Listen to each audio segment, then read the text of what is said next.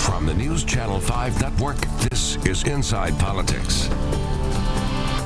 Hello, everyone. I'm News Channel 5's political analyst Pat Nolan. Welcome to Inside Politics. As the city, state, nation, and the world slowly begin to reopen, but with the virus still among us, what will be the new normal in international politics and foreign affairs? One of the top experts in the entire country on that topic is Dr. Thomas Schwartz. He's a history and political science professor at Vanderbilt University. Dr. Schwartz is our guest on Inside Politics this week. Dr. Schwartz, we are always honored to have you with us, and welcome back to the show. Well, thank you very much for having me on the program. Let's talk first about military readiness. I think that would be on most people's minds when they think about foreign affairs. We do have this aircraft carrier that's been basically out of service for about a month now because a lot of the crew got sick with the virus. Is that a major problem in the United States Armed Forces right now? I think it's obviously a concern very much among military leaders about the spread of the virus and about how it affects military readiness. There was a brief moment there where it looked like we might have another crisis with Iran, and I think this is obviously something that's on their minds. It's not been widely reported yet outside of the aircraft carrier issue, so it's hard to tell exactly how serious this problem is. So far, there hasn't been any other major testing of American military readiness outside of a brief incident, I think, early on with Russia over a plane, but outside of that, there hasn't been much. Let's talk about the economic impact internationally of the virus. Many developed countries have been hit very hard by this, been out of service in terms of their economies for several weeks, even months. Are we into a serious recession, even depression worldwide? I've seen numbers that say the world economy shrunk by more than 3% just in the first quarter. Yes, so we're going to have a world recession out of this. I don't think there's any question about that. How serious and how lengthy is harder to see. In part, some of the economies were already in a sort of sluggish state of growth before this hit, but the United States economy was not. And so the United States actually was enjoying a fairly robust economic growth. And so a lot of this will depend in part on the American recovery and to the extent that that might boost other economies as well. There are some who are predicting, particularly start looking at the Middle East, Southeast Asia, or Africa, that we could be looking at hunger pandemics or a poverty tsunami. Is that an exaggeration, or is that possible given the fact that they may be lesser prepared to deal with the virus? I'm a little lot more skeptical on this one, only because I think some of the conditions that made the virus spread so rapidly, dense urban populations, an older population in the developed world, are not as characteristic of some of these countries. But obviously, this could have serious impact in these countries.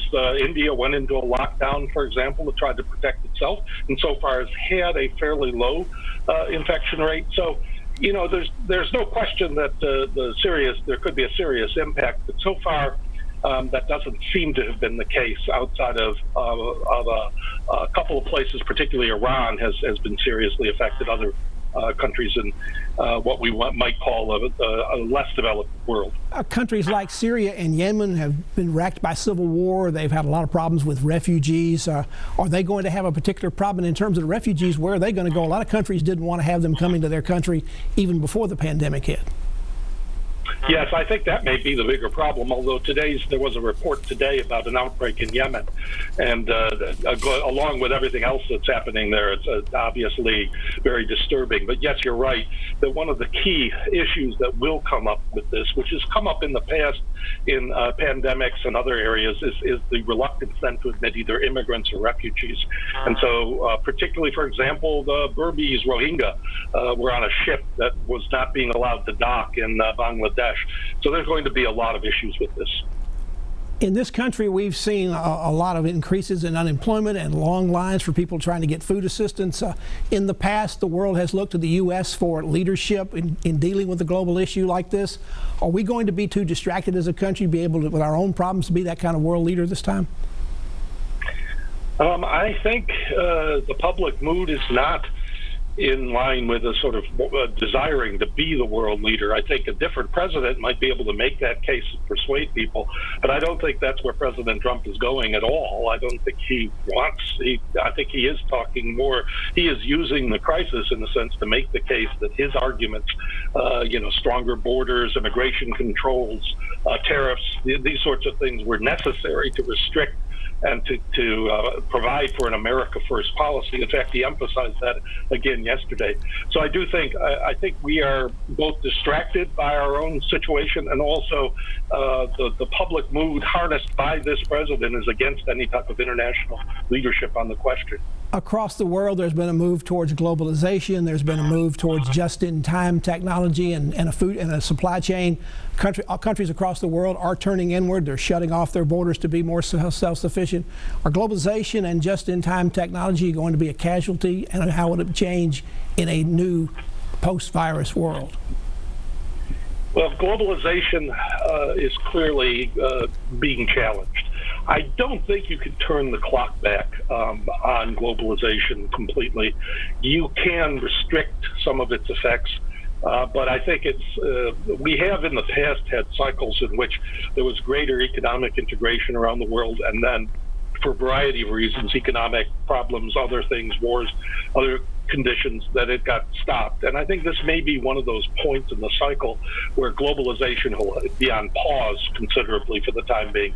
But the general idea, given the technology of movement, the technology of communications, that we could really retreat to a very isolated situation, even in the United States or with other countries, I think it's just unlikely. It's just that I think there will be serious consideration given to what types of economic activity we want to outsource to other countries or be reliant on other countries for our certain needs. So I think that is likely to be a big issue. I think you've seen that already in terms of China. There's been quite a bit of concern during this pandemic about our reliance on China for pharmaceuticals and also for personal protection equipment called PPE now. What other things might we be vulnerable on if we don't perhaps follow more and bring more of those things back to this country? Well, there's various manufacturing capabilities that will be stressed, that we will want to have certain ability, even the whole ventilator issue when that came up. So there will be manufacturing issues. There'll be issues of cybersecurity, too. I think there'll be an intensified effort against Huawei. Particularly with our allies, and that they should not be reliant on Chinese technology there.